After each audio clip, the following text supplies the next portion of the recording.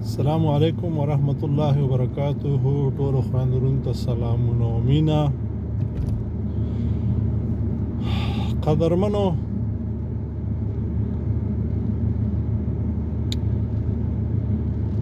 څه چې په دې خپلو سترګو ګورئ، دا انسانان، دا ژوي، حیوانات، نباتات، جمادات، دا ټول کائنات چې تاسې ګورئ،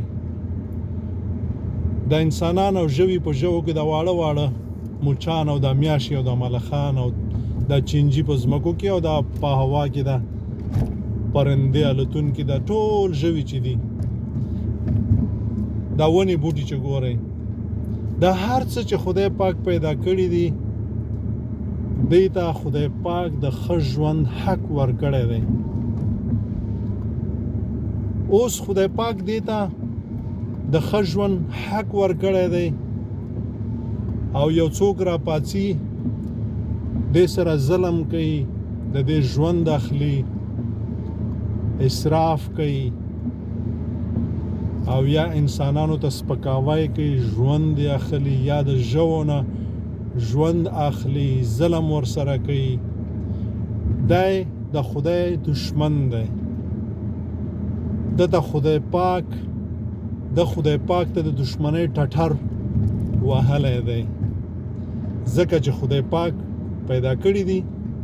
خدای پاک د ښه ژوند کولو دپاره ورته سهولیات مهیا کړي دي، لیکن دی د دې نه ژوند اخلي، د دې سره ظلم کوي او د دې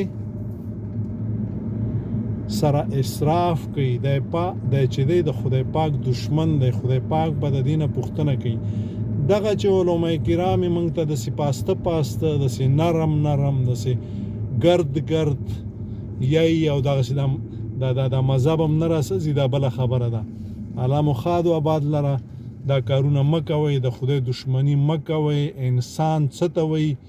انسان هیڅ وخت د چا سره ظلم نه کوي، د چا حق نه خوري، انسانان نه وژني او په نړۍ کې فساد نه کوي. او چې کله مسلمان شو، دی بیخي داسې شو چې د ښو کارونو مرکز شو. دا به هر ښه کار کوي، تل به خلک ښو ته رابلي، په خپله به ښه کوي، بد به نه کوي او د بدو کارونو نه به ځان ساتي. السلام علیکم ورحمت الله وبرکاته.